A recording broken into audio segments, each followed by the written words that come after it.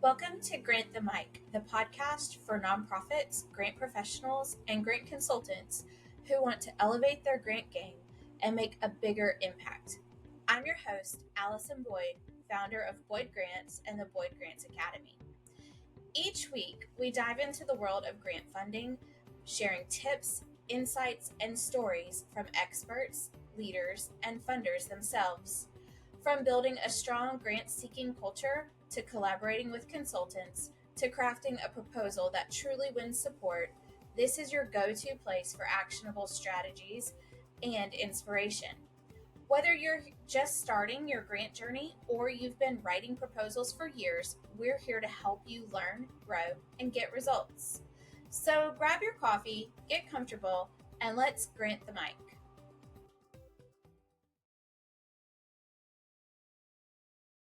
Everyone, and welcome to this episode of Grant the Mic. Today we are here and we're going to talk about how to price your grant services confidently. And I thought, who better to talk about that than Dr. Bev Browning? She is probably one of my most favorite people. I was telling someone a story this morning about how meeting her changed my life. And I think she'll always be one of those lovely people in my life. And so I want her to share with us all of her wisdom and knowledge about being confident in how you price your services. I did a mentorship or internship with her a few years back, maybe a little bit more than a few years, but we don't need to count those years. And one of the most influential sessions was pretty much about knowing your worth and that it was okay to know what you want to price yourself and be confident about it. And so I thought, what a great way to um, really talk about the work that we do and who to talk about it with. So I'm going to let Bev tell you about her background because she's just got such a wealth of knowledge. And I'm so honored that she said yes to chatting with us today. So Bev, take it away. Tell us a little bit about yourself. Thank you so much, Allison. I appreciate you inviting me to be on your podcast recording. A little bit about me. Well, I feel old, if that counts at all. It does. I'll be 77 this month, and I have been actively involved in grant research, grant writing, and training for 54 years. I did slow down on my grant writing about 4 years ago by choice because I was tired of deadline after deadline after deadline. I just felt like being in the office 16, 17 hours a day was hard. And after so many years, I just got tired and had no desire, no magnetism to wanting to write another grant application. So I've been training for the last 4 years. I've always been a trainer, but creating my own content and doing it live on Zoom was truly a lifesaver during COVID, especially when it first started. And it continued. I'm excited to say that I gave up my live cohorts. And my foundation will still be in partnership with another business, but another person will be delivering more customized content with my base and foundation under it. So I'm looking forward to that. I think I'm ready to slow down. I wasn't really sure about it, but I am. So how did I get all this experience? When there was no training, no books on the shelf, I just had to figure it out And by then you just reading a wrote the pamphlet books. with, yeah. I didn't know I was going to write the book at the time. The library had nothing to help me back in the 1970s. There just was nothing, no directory of grants available, no books on what it was, how to write one, how to build relationships with funders, not even how to manage one.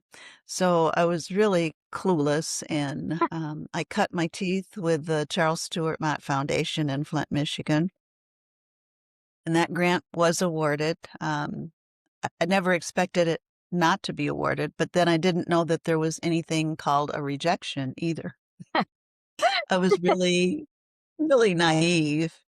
And I wrote for probably a good 5 to 10 years before my first rejection. And when Wow. I got the first rejection, I didn't take it lightly. I cried. I took something for a headache. I still I cry felt over like, rejections. yeah, I felt like my client was going to hate me. I offered to give my client a full refund, even though it would have been a financial crisis for me to write a check for that amount back after doing all the work, but I just wanted to protect my name and my reputation, and I was devastated. And it was a federal grant. So I Oh went to the gosh. federal program officer and called her up after I looked back at all the information, which at that time was in the Federal Register. We didn't have grants.gov in those days, and found the contact person and got a hold of her and said, I'm devastated. This is the first time I've ever had an application rejected. I've been doing this for 10 years. How can you help me? And she said, first of all, she said, I'm surprised you haven't had a rejection before because it's normal to have rejections. Not everything is a win. And even those grant applications that are extraordinarily well written, well researched, if there's not enough money, they just don't get funded. She said, so it's not always the fault of you, the grant writer. And I said, well, I feel like it is, and I want to know how I can learn more. And she said, I'm going to give you an address to write down, and I want you to send me your resume because I'm going to put you in the peer review pool. And I said, okay, explain what that actually entails. Well, the next time we have an opportunity for this application to cycle around, your name will most likely be pulled to be a peer reviewer. And that was back in the day when we did in-person peer reviews in Washington, D.C. Wow. So, yeah, I was flown at the courtesy of the federal government into Washington, D.C. on a Saturday. We had an orientation Saturday evening. We had a welcome event on Sunday evening with a jazz band and a buffet, and our hotel was booked completely with peer reviewers from all over the continent. Literally, I didn't even know people would fly from you know, Guam or any other U.S. territories. Wow. Or anything that we have. Yeah, I was shocked, absolutely shocked to meet so many Pacific Islanders that flew for hours and multiple plane changes to come to DC. And we were blessed because our hotel was in Watergate Circle. And in the Watergate Circle, there's quite a bit of history there with the hotel that everything went down in right next door to us, Mm-hmm. and a lot of other things around that are historical. And also, there were a lot of people. It's the first time I actually saw homeless people sleeping on the sidewalk. So it left a deep dent in my heart to want to help more people after seeing that. And Mm-hmm. I was blessed because I took our daughter with me, and she was only 10 at the time, and she got to experience everything that I did. So it was a really good eye opener for what things look like outside of the home office or the Uh-huh. office setting or situation. But being a peer reviewer helped me realize it's not always about how well we write. It's often about how well we read the guidelines and all the hyperlinks in the application when we finally got PDF applications, but all the hyperlinks and references and footnotes, and look at every single document and Yep. read over and over and over and mark it up, and then do the additional research required to shore up what's happening in our locale, as well as our state and our federal region, in order to build a strong picture. So really, being a peer reviewer made me a better federal grant application writer. I didn't have any problem in the foundation or corporate request or even individual donor request. Mm-hmm. work that I was doing. But the federal grant that was rejected would have brought a lot of money into a school district to help them out, and they really needed it. It was for their English as a second language program. We were just seeing heavy migrations of individuals into that region that did not speak English as a first language, and no one in their homes spoke English. So the children really needed an immersion program to Uh-huh. help them figure out how to do the academics. And just being a part of that peer review felt so special. So 6 days later, when I flew back, I met with the school superintendent and I said, "This is what I've done. This is where I've been. And I want to rewrite this application at no charge for you the next time the grant cycle comes around." So he had to skip a year in between Mhm. because I was peer reviewing, I couldn't step up and write that application for anybody. It would have Right. been unethical. Yeah. So I wasn't going to take any clients that wanted that same application. So the following year, I rewrote it at no charge for the district. The superintendent looked at the draft. He offered to pay me extra, and I turned it down. And I said, "I need to do this for me, not just for you. So get it submitted. Give me your application control number. Make sure you get it in on time. And then let's pray." And he said, "Well, you didn't say that the first time." And I said, "The first time I was overconfident because nothing had ever been rejected for 10 years. But now that I've gone through this sorrow and weeping and depression over not getting you this money, uh, I really want us to pray. And I want you to ask your staff to pray that would benefit from this grant funding when it comes in." And he said, "Absolutely. And I'll be glad to be a reference to anyone that you want, that you stick with it until it happens." And I said, "Yes, I'll stick with it until it happens." So I learned a lot about myself and how I don't do well with rejection. Um, and I also learned the importance of expanding our horizon, broadening my understanding of how decisions are made, how the people are chosen that make Mhm. the decisions, the program officer's role, and everything else. And I was just in awe of, at that time, the U.S. Department of Education and everything they did to help us understand the importance of our role. So, I gotta know, did you win the next award? Of course. Well, and so out of that, so taking the risk, right, of deciding to do it pro bono and not get paid, for all of that, and it was kind of a personal reason for you to do that.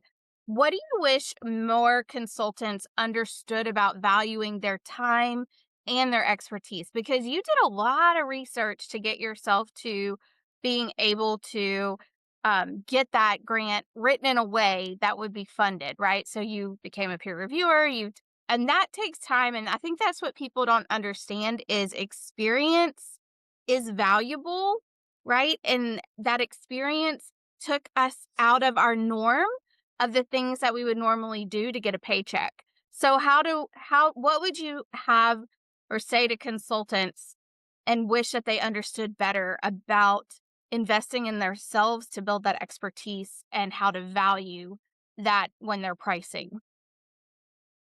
I would say that it's one thing to sit in a classroom or a meeting and have somebody stand up and tell you how to be a great grant writer. And it's another to be in the trenches doing all the work and then to be totally disappointed when it's not funded. But the other thing that I understood is that people make the decisions on the funding. So it was that lesson after 10 years of in the business, literally, that I began to understand the psychology of the funding decision makers and Mhm. what goes into their opinions of what's good and what's not good.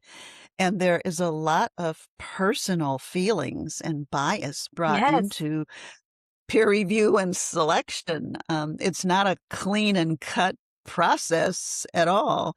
and having to negotiate with your peer review team members when they're solidly against funding an applicant and you believe there's merit and you're trying to point it out and you're trying to squeeze in between the negativity and the naysaying and the, well, you're new to this, we've done this before, we have PhDs, so, you need to take away some points here, and fighting for what you believe in. I learned my voice. I learned where my voice was and how to bring it up and how to speak up. And I also continue to operate a business where if a client was totally dissatisfied, even though I had done my best and had no control over the final outcome because of program officers and everything else, that I still offered them the option of a refund. Even though it nearly broke my business, and there were times when I couldn't draw a paycheck myself, and my husband carried our family, I was trying to build a reputation. I was trying to build a business. I was trying to create goodwill. I was trying to feel ethically good about who I was as a person and Mhm. how I was entitled to use that title of grant writing consultant or proposal writer. I felt that it was an onerous title and that in order to live up to it, I had to protect my name, and the only way to do that was to do good and to be good. So I think sometimes we get in this rut of saying, well, I'm just a grant writer. I'm just a this, I'm just a that.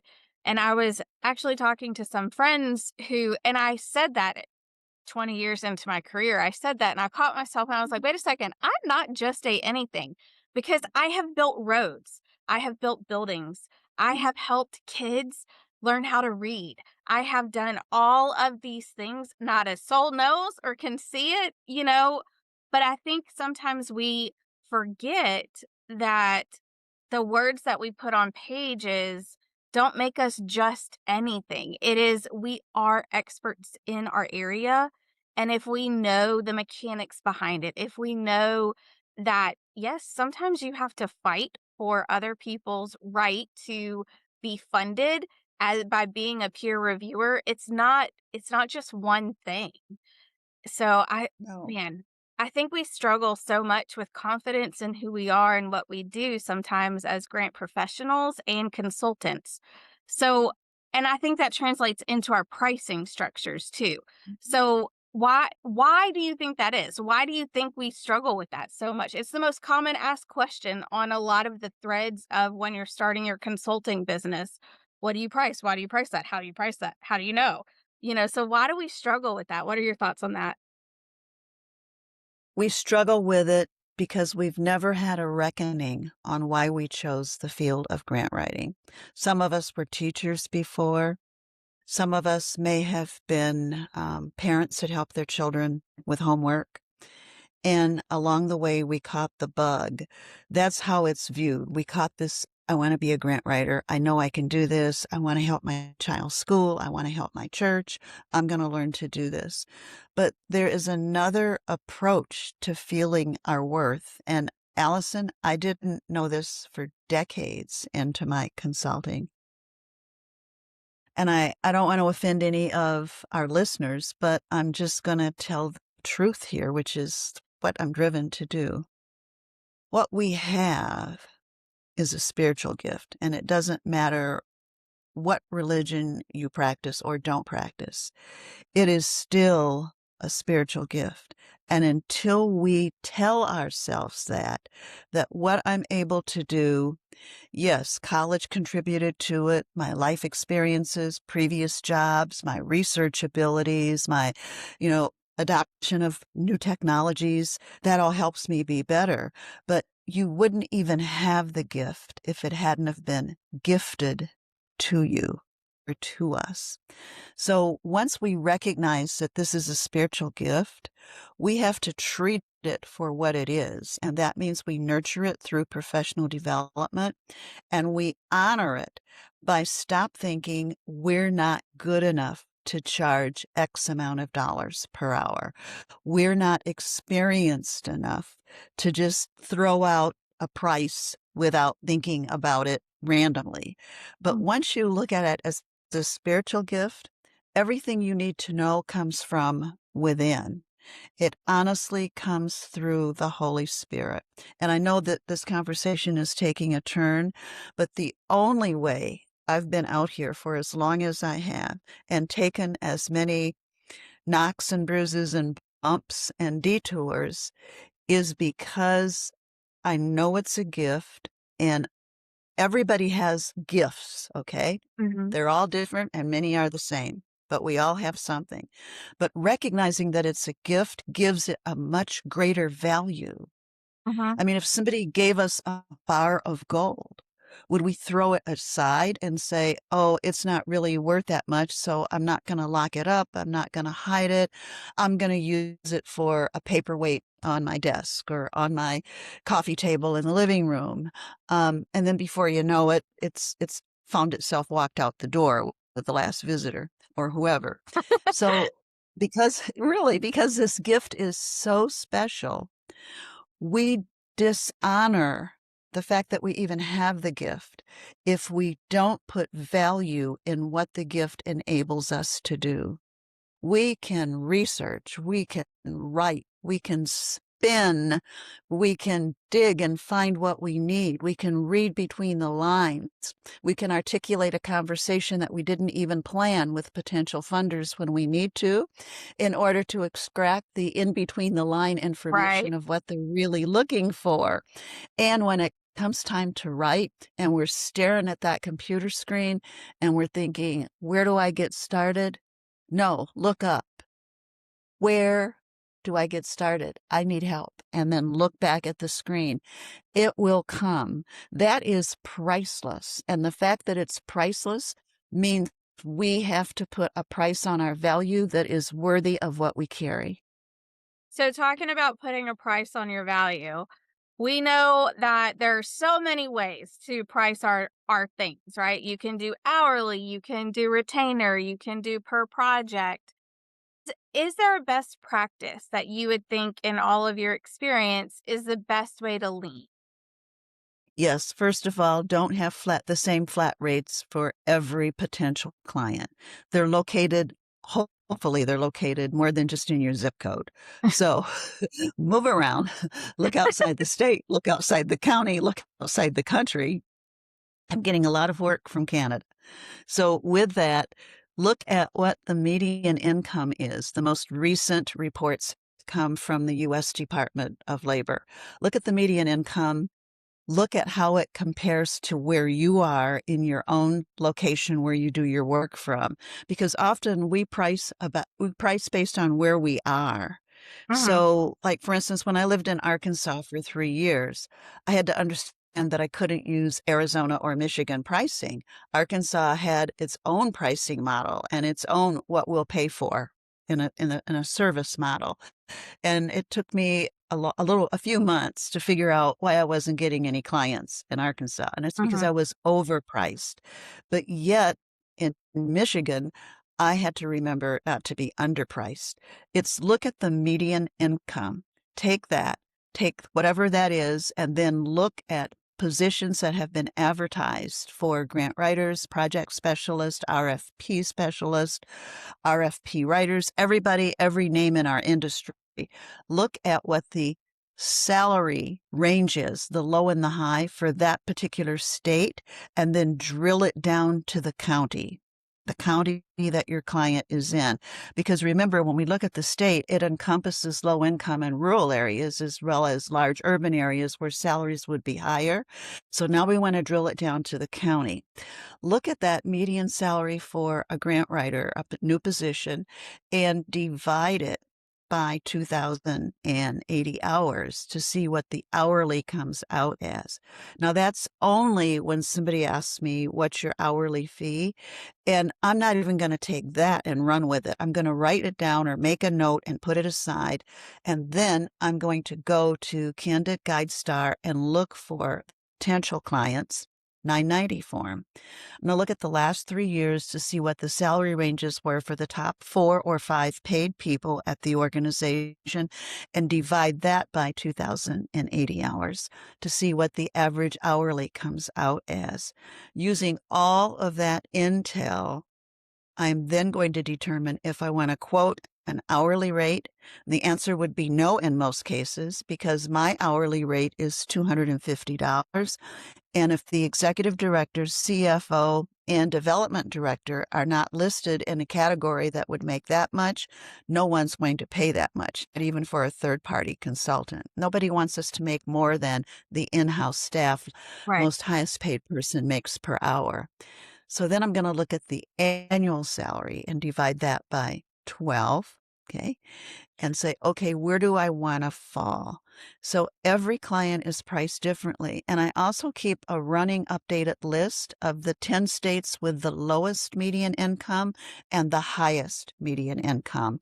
Because if I'm going to work for a client in New York or on the East Coast, I would say Northeast, not Southeast, Northeast.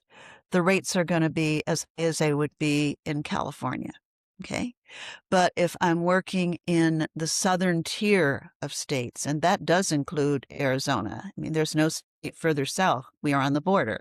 So with that, I'm going to look at what would that look like here and then lower those rates. And in order to make our business profitable as a consultant, whether we have a company or we're a sole proprietor, we always have to charge enough, not just to cover our time, but our expenses that we Yes. have in our home office or our office space.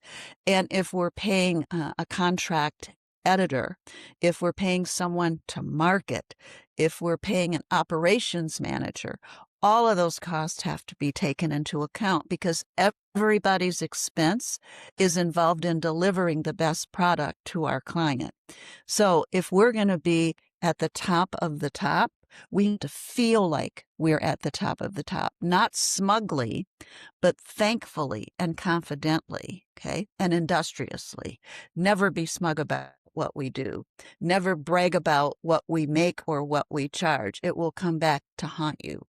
So in that, you can't set a rate on the first call. You need time to do your homework, due diligence, to calculate your expenses, to play around with the what ifs on what you would charge for a monthly retainer or a one-time fee. And then at that point, make that decision and don't base it on anything else. Now, what else comes into play? What are you being asked to do? Right. What's the work in front of you? How many projects are going to be on your to-do list and what period of time? And especially if it's federal, what does the NAFA look like? Not just the synopsis, but the complete set of guidelines. How many links do you have to click on in order to download folders? How many files do you have to read? How many pages are in the guidelines?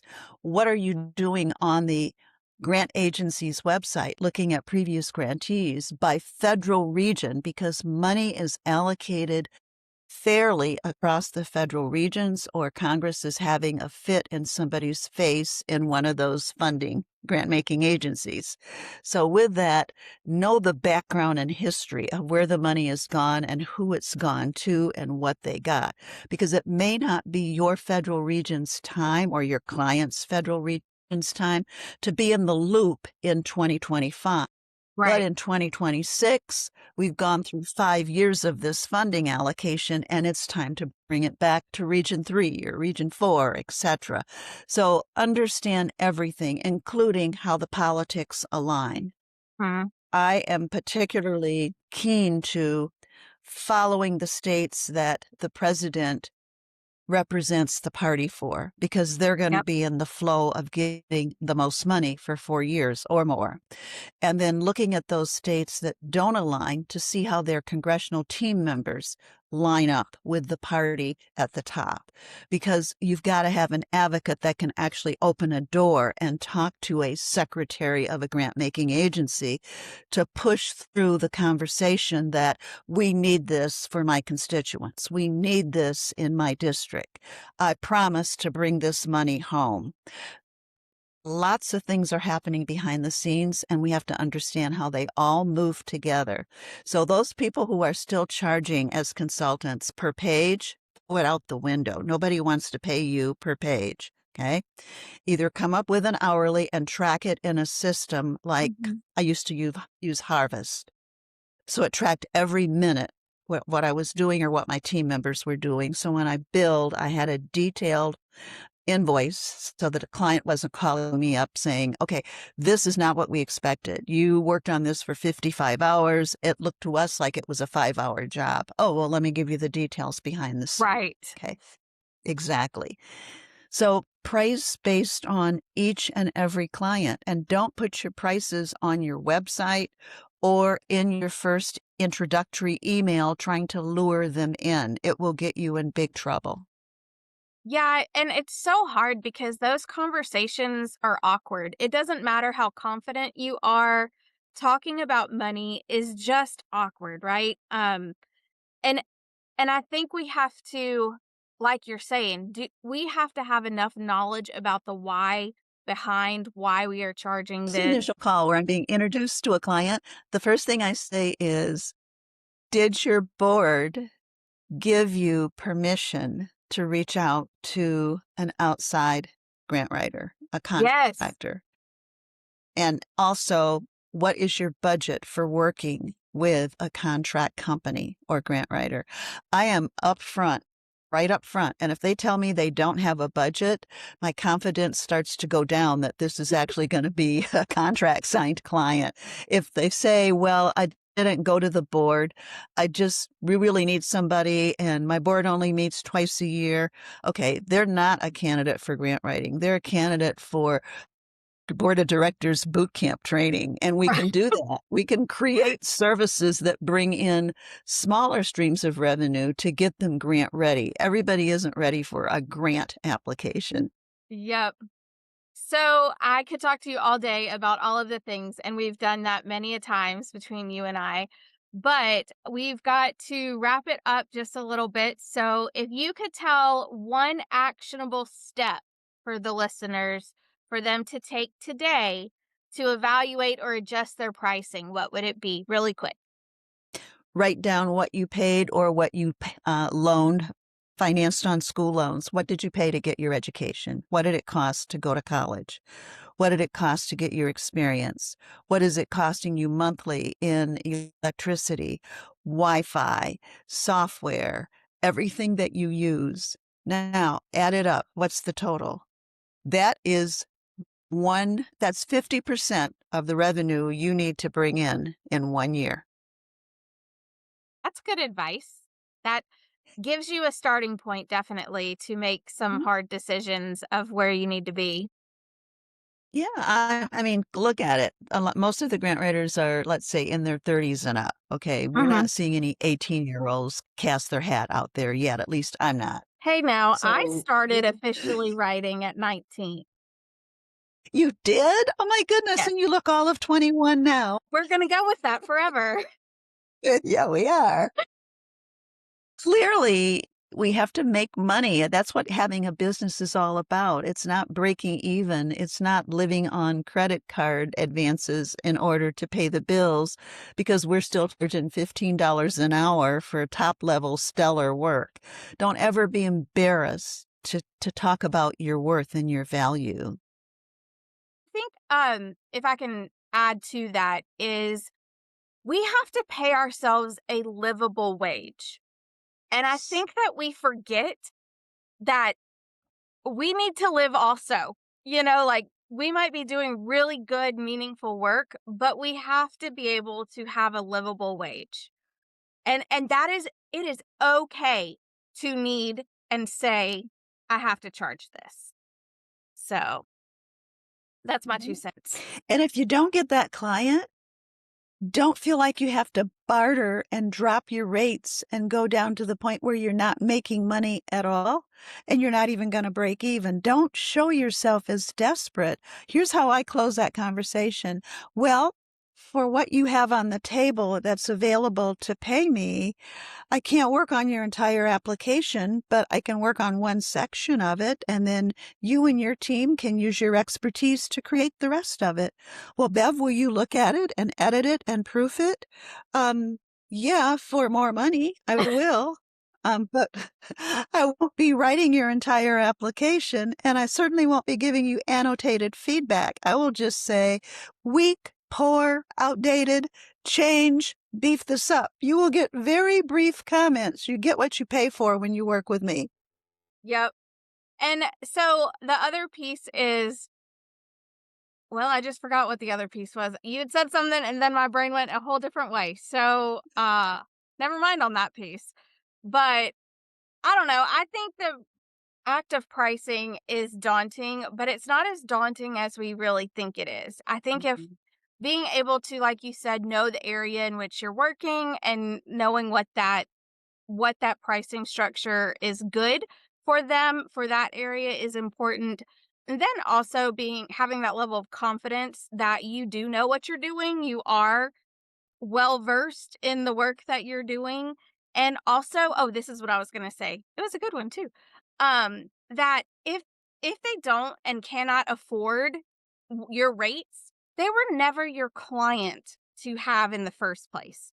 They were not going to be yours. And that there's freedom in letting that go and knowing that usually those conversations I have early on end up like 6 years later, they come back and guess what? They are my client now.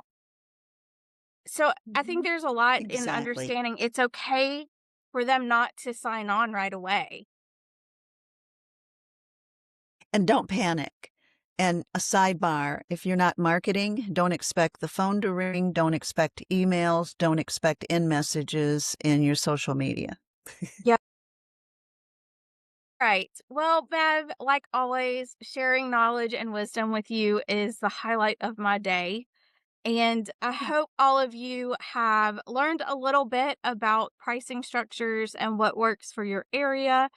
And if you want more information, please feel free to reach out to me and we will kind of get something together to help guide you in the right direction.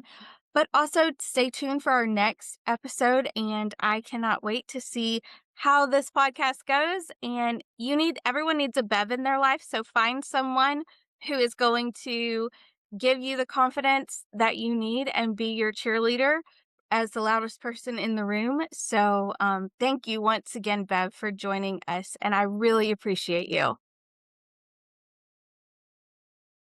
Thank you for the invitation. You're welcome. For years, organizations have told us the same things. We need help staying consistent with grant writing. We need templates that actually work. We wish someone could guide us step by step. We don't have dedicated staff, but we still want to win grants. So we listened, and we built something new. Something designed to transform how small teams, nonprofits, tribes, and municipalities approach grant writing. It's called the Grant Builder Collective, and this is not a course, it's not a webinar, and it's not a one-off training. Because let's be honest, grant writing's hard when you're doing it alone. Time is tight, funders feel unclear, language gets stuck, momentum fades. The Grant Builder Collective fixes that. Inside, you'll get guided co-working sessions, proven templates for every section of a proposal, expert support when questions come up, and a community that truly understands this work. This isn't just a membership. It's a structured system for building clarity, confidence, and steady momentum in your grant work. If you're ready for less scrambling and more strategy, the Grant Builder Collective was built for you. Join us today at www.boydgrantsacademy.com and start building momentum in your grant work. One habit, one session, one win at a time. We'll see you there.